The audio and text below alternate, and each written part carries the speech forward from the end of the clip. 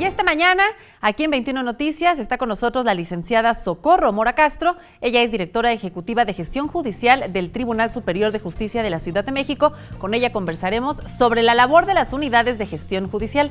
¿Cómo está, licenciada? Bienvenida a 21 Noticias. Muy bien, muchas gracias. Es un honor para mí estar aquí en esta televisora y compartiendo un tema que para nosotros como institución y para la sociedad es muy importante para el sistema acusatorio.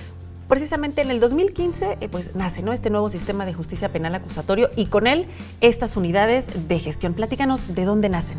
Las unidades de gestión judicial, desde que se vislumbró la entrada del nuevo sistema acusatorio, tuvo como finalidad que se separaran las funciones. El juez dedicarse a la parte jurisdiccional en la totalidad y crear un organismo de apoyo que realizara todas aquellas acciones que se venían desarrollando en un juzgado, pero apoyados del uso de la tecnología. En aquel momento lo que se hizo fue analizar cuál era la operación del sistema considerado tradicional en materia penal. Se analizaron todas y cada una de sus funciones, identificamos 24 procedimientos sustantivos en los cuales vislumbrábamos que el 50% iban a redundar en resolverse en audiencia. Okay. Entonces lo que se hizo, bueno, teníamos 2.200 personas operando en un sistema penal, se identificaron todos los procedimientos y se fueron analizando en comparación cómo venían operando los demás estados.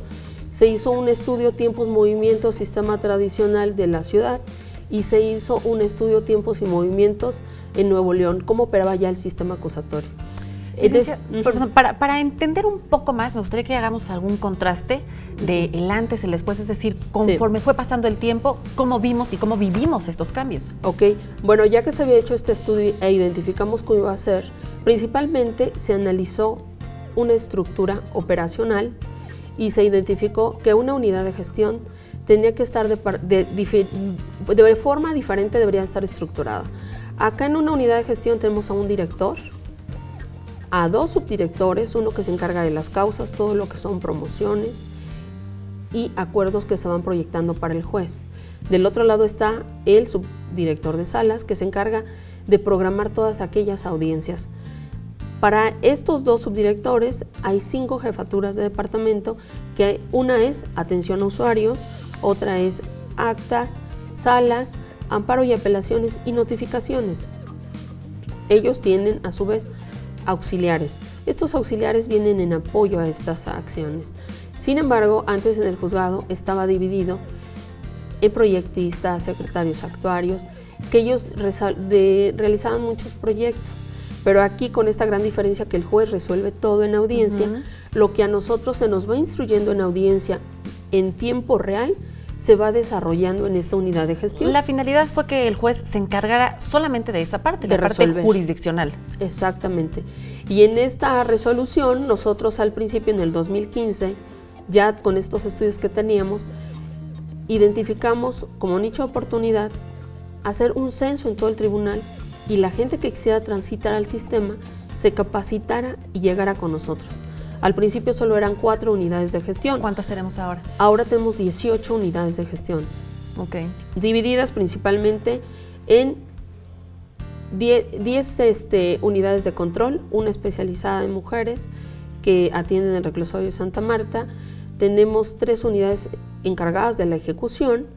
Tenemos una unidad especializada en órdenes de cateo y aprehensión y actos de investigación.